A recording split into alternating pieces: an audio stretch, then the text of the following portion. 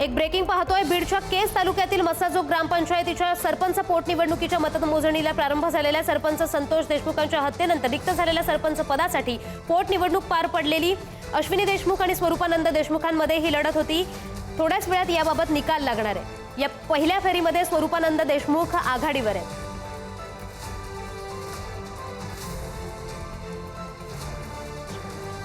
तर आताची एक महत्त्वाची अपडेट पाहतोय की अश्विनी देशमुख या विजयी झालेल्या आहेत. बीडच्या केज तालुक्यातील मस्साजोग ग्रामपंचायतच्या सरपंचपदी स्वरूपानंद देशमुख विजयी झालेले आहेत.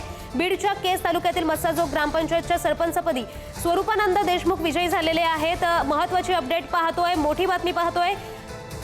सरपंच संतोष देशमुखांच्या हत्येनंतर सरपंच पद रिक्त झालं होतं. या पदासाठी पोटनिवडणूक पार पडली आणि आता बीडचे सरपंच म्हणून स्वरूपानंद देशमुख बीडच्या केज तालुक्यातील मस्साजोगचे सरपंच म्हणून स्वरूपानंद देशमुख विजयी झालेले आहेत. महत्त्वाची अपडेट आपण पाहतोय. अश्विनी देशमुख आणि स्वरूपानंद देशमुख यांच्यामध्ये लढत होती. स्वरूपानंद देशमुख विजयी झाल्याचं कळतंय.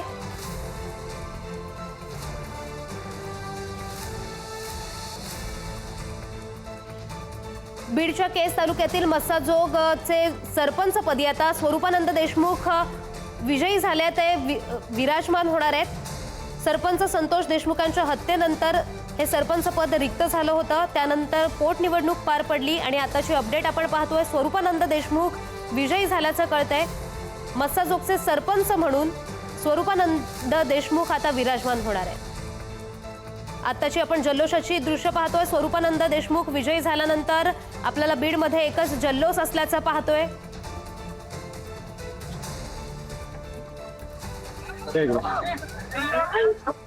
बीडमधल्या आपण जल्लोषाची दृश्य पाहतोय. स्वरूपानंद देशमुख विजयी झालेले आहेत. गुलालाची उधळण करत एकच जल्लोष साजरा करण्यात येतोय. बीडच्या केज तालुक्यातील मस्साजोगच्या सरपंचपदी स्वरूपानंद देशमुख विजयी झालेले आहेत. सरपंच संतोष देशमुखांच्या हत्येनंतर रिक्त झालेल्या सरपंच पदासाठी पोटनिवडणूक पार पडली. यामध्ये स्वरूपानंद देशमुख विजयी झाले तर मस्साजोगचे सरपंचपदी ते विराजमान होणार आहेत. बीडमधून आपण जल्लोषाची दृश्य पाहतोय. गुलालाची उधळण करत कार्यकर्त्यांमध्ये एकच जल्लोष करताना आपल्याला कार्यकर्ते दिसत आहेत.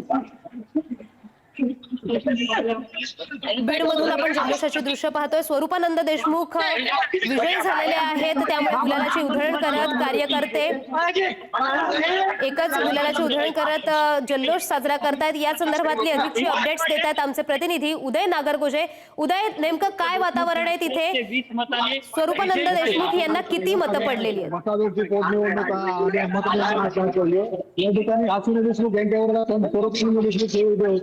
स्वरूपानंद देशमुख यांनी या निवडणुकीमध्ये विजय मिळवलाय. आपण पाहू शकतो कशा पद्धतीने या ठिकाणी मोठा जल्लोष देखील सुरू आहे. आपल्यासोबत तर आपण पाहतोय बीडच्या केज तालुक्यातील मस्साजोगच्या सरपंचपदी स्वरूपानंद देशमुख विजयी झालेले आहेत. त्याचीच जल्लोषाची दृश्य आपण पाहिली. बीडमध्ये आता जल्लोष करण्यात येतोय. दिवंगत संतोष देशमुख यांच्या पत्नी अश्विनी देशमुख पराभूत झालेल्या आहेत. अश्विनी देशमुख आणि स्वरूपानंद देशमुख यामध्ये लढत होती.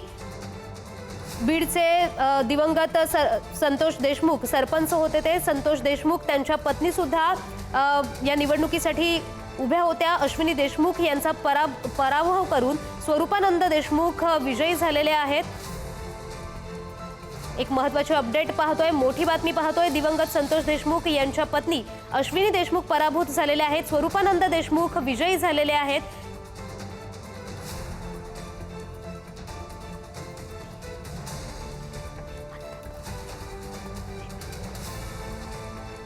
दिवंगत संतोष देशमुख यांची पत्नी अश्विनी देशमुख यांच्यामध्ये आणि स्वरूपानंद देशमुखांमध्ये लढत होती.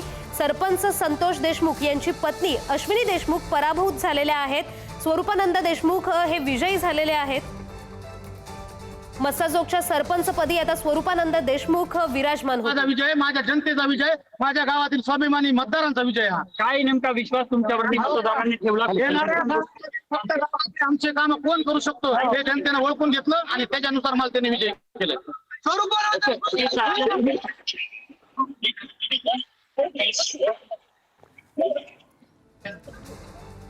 मस्साजोगच्या सरपंचपदी आता स्वरूपानंद देशमुख विराजमान होतील। मस्साजोगची पोटनिवडणूक पार पडली, तिथे आता स्वरूपानंद देशमुख विजयी झालेले आहेत। दिवंगत सरपंच संतोष देशमुख यांच्या हत्येनंतर ते पद रिक्त झालं होतं। संतोष देशमुखांची पत्नी अश्विनी देशमुख सुद्धा या निवडणुकीसाठी उभी होती, मात्र त्यांचा पराभव झालाय।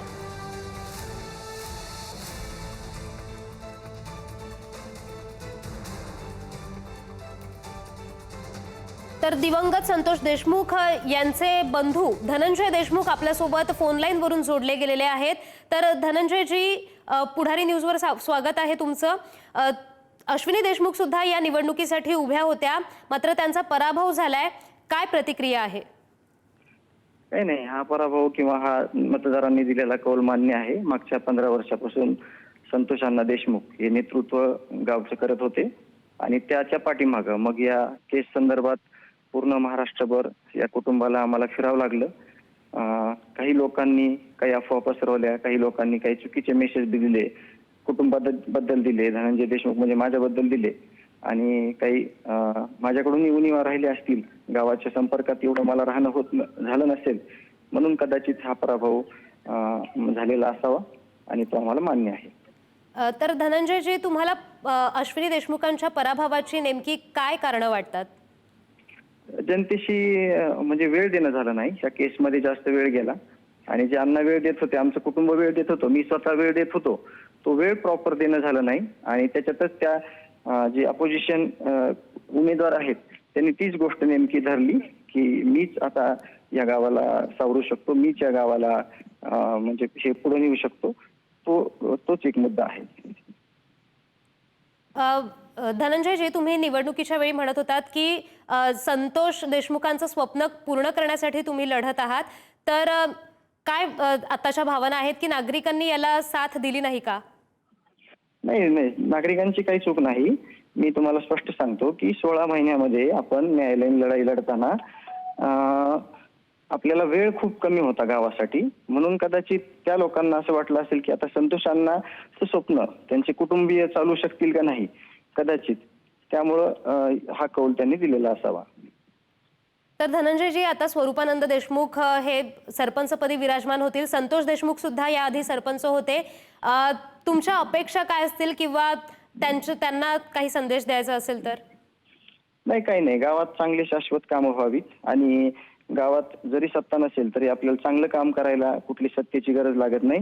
आधीच्याही 16 महिन्यात आपली सत्ता होतीच, परंतु आपल्याला चांगलं काम करताना सत्तेची गरज नाही लागत आणि सर्व 6-7 सदस्य जे खालचे आहेत, 8-9 सदस्य आणि सरपंच हे पुढील कामकाज चांगल्या पद्धतीने करतील अशी अपेक्षा मी व्यक्त करतो आणि माझा न्यायालयीन लढा जो मी लढतोय तो यापुढे मी चालू ठेवील आणि आरोपींना शिक्षा होईपर्यंत हे सगळं गाव माझ्या सोबत असेल। आता तुम्ही न्यायालयीन लढ्याचा विषय काढलात धनंजयजी, तर संतोष देशमुखांना न्याय मिळावा यासाठी स्वरूपानंद देशमुख आता सरपंच होतील, त्यांना काही आवाहन करायचंय का? नाही, सगळे सोबत आहेत, न्यायालयीन लढ्यामध्ये सगळं गाव सोबत आहे, त्याच्याबद्दल काही दुमत नाहीये। धन्यवाद धनंजयजी दिलेल्या माहितीबद्दल, दिलेल्या प्रतिक्रियेबद्दल। मस्साजोगच्या सरपंचपदी स्वरूपानंद देशमुख विजयी झालेले आहेत। संतोष देशमुख जे आधीचे सरपंच होते, त्यांची पत्नी अश्विनी देशमुख सुद्धा या निवडणुकीसाठी त्या उभ्या होत्या, मात्र त्यांचा पराभव झालाय। स्वरूपानंद देशमुख विजयी झालेले आहेत। सरपंच संतोष देशमुख यांच्या हत्येनंतर ही पोटनिवडणूक पार पडली आणि आता या सरपंचपदी मस्साजोगच्या सरपंचपदी स्वरूपानंद देशमुख विराजमान होती।